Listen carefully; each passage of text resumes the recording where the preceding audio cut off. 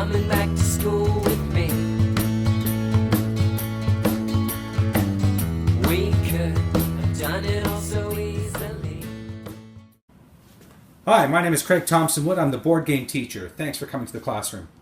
Today we're going to be starting something pretty exciting. It's going to be an online version of the game City of Zombies. I've got special permission from the designer Matthew Tidbury to do this with you guys, so very big thanks to Matthew for allowing us to do this. For any of you who I've spoken to, whether at conferences or in the school or whether it's at workshops, or even if you're just a subscriber to my channel, you probably already know what a big fan I am of this game, City of Zombies. It just possesses so many great ways to learn your math facts in such a fun way, which just sets it so high above any other math game that's out there for learning your facts. So what makes this game so great is that you're not limited to just knowing a singular fact at a singular moment. What you're doing is you're using these 3 dice here to achieve the numbers on the zombies up here. So we have a 31, 11, 6, 4, 64, and 1. So you're going to roll these dice. So there's a 5, a 3, and a 1. And then see what can you do with these dice to achieve these results. You then have to add, subtract, multiply, divide. You can square the numbers.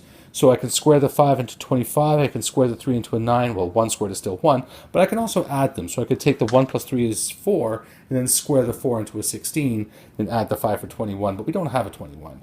But for example, I could say, let's take an example. I could say like the 8, 5 plus 3 is 8. Square that for 64. I have the 64 there. And I could just multiply it by 1. But this is an example where I can also use the 1 to take out that number 1 zombie over there. So I can actually take out 2 zombies with 1 dice roll. So I'm going to be skipping a lot of the rules explanations for this game because I want to just get right into it. And I've already explained the game, and I've already done other ones which explain the rules to the game. Plus, you look up the City of Zombies website, they have rules explanations there. So if you want to learn how to play the game, you can go and check out some of those other sources, and I'll maybe link those down below. But for now, what we're going to do is we're just going to get right to it. So what I'm doing with this game is we're going to play 15 rounds. So I have the plane up here at number 15, which means for the next few rounds, zombies will be spawning up here at the top. When we get down to 10, they'll spawn here, and at 5, they'll spawn here. So we have all the zombies. I have put all levels 1 through 4 zombies in there. Every day I'll be rolling the dice, and you will then use those dice to see what zombies you can take out. Once there's been 4 rounds of dice, the zombies are going to shift down 1 space, and new zombies are going to take their place above them. The full allotment of 6 up there. And then we're going to play until we've reached down to here, where we will then tally up our score and see how well we've done. So looking at our survivors here, our heroes, we have 3 heroes. So we have Jake, and see if I can get that to focus. So Jake says trick shot. Choose 1 player. They can re-roll the dice this turn. So if we get to a spot where the dice don't really match anything for us there, we can't see anything, or somebody can maybe just vote to, let's use Jake. And if that's the result that gets the most votes, that's the one we'll take. And that's how it's going to work, by the way. It's just when you have a course of action that you think is the best course of action, how to use the dice or how to use one of the heroes, you will put that forward. I will then talk about Laura. I'll skip Amanda for a second. So Laura says, pick a zombie, and if defeated, remove it, and any zombies directly behind it. So say this number 6 zombie had made it all the way down here, and there were zombies behind him. You could get that one, plus all the zombies behind it. Even if there was a big gap in between, anything directly behind that zombie will be taken out. So that's a good time, looking to use Laura maybe when there's the zombies have moved down, and there's more zombies in behind, so that way you can really get a lot out with 1 turn. So then Amanda she says, keeping the dice you rolled on your turn, you get an extra turn. So what this means then, with this, if I did use this one and I got the 64 and the 1, I could then look to see, could I use the dice to get something else out as well? And if there is, I'm not seeing it.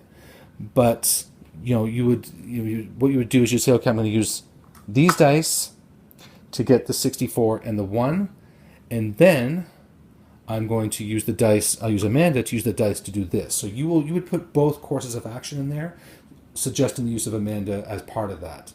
And then if that gets the most votes, that's what we'll go ahead and do. Now, there's once you've used the heroes, just remember they are exhausted, and the only way to get them back is when we get to 10, you refresh the heroes, and when we get to 5, you refresh the heroes. So there you should be using the heroes at least 3 times during the game. There is also a card in here called the Pizza Delivery, which can refresh the heroes before those assigned times on the timeline there. All right, so like I said, we'll roll up today. We'll call this day 0. Then we'll have day 1.1, 1.2, 1.3, 1.4, and then that will then I will then move the zombies down. All right, so let's see what we can do. Here's your dice roll.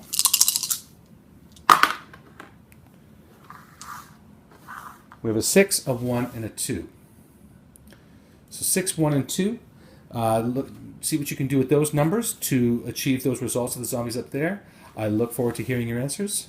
Until next time, I'm Craig Thompson with the Board Game Teacher saying thanks for coming to the classroom. Are you coming back to school?